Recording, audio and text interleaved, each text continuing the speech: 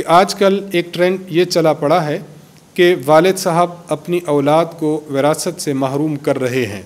مثلاً اخبار میں ایک خبر دے دی کہ میرا فلاں بیٹا میری جائیداد سے محروم ہوگا، میں اس کو اپنی جائیداد سے آگ کرتا ہوں۔ میرا سوال یہ ہے کہ کیا ایسا کرنا درست ہے، اور کیا ایسا اشتہار دینے سے وہ اولاد میراث سے محروم ہو جائے گی؟ ایسا کرنا شرعی طور پر درست نہیں ہے۔ اگر کوئی والد، اگر کوئی مورث اپنے کسی وارث کو، اپنی کسی اولاد کو اپنی وراثت سے محروم کرنا چاہتا ہے اور اس کے لیے اشتہار دے دیتا ہے تو ایسا کرنا ناجائز اور حرام ہے۔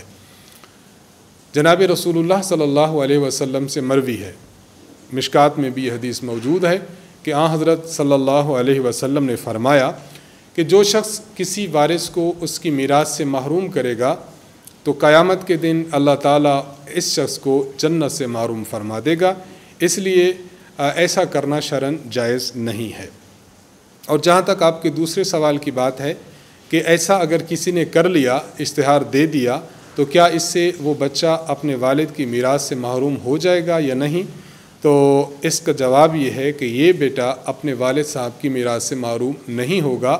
والد صاحب کی وفات پر جس طرح باقی بیٹوں کو اور باقی اولاد کو اس کی وراثت سے حصہ ملے گا، تو اس بندے اور اس بچے کو بھی اپنے والد صاحب کی وراثت سے حصہ ملے گا۔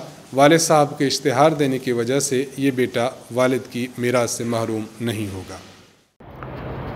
جو احباب ہمیں اپنے سوالات بھیجنا چاہیں، ہمارا ای میل ایڈریس نوٹ فرمائیں: markaz.edu87@gmail.com۔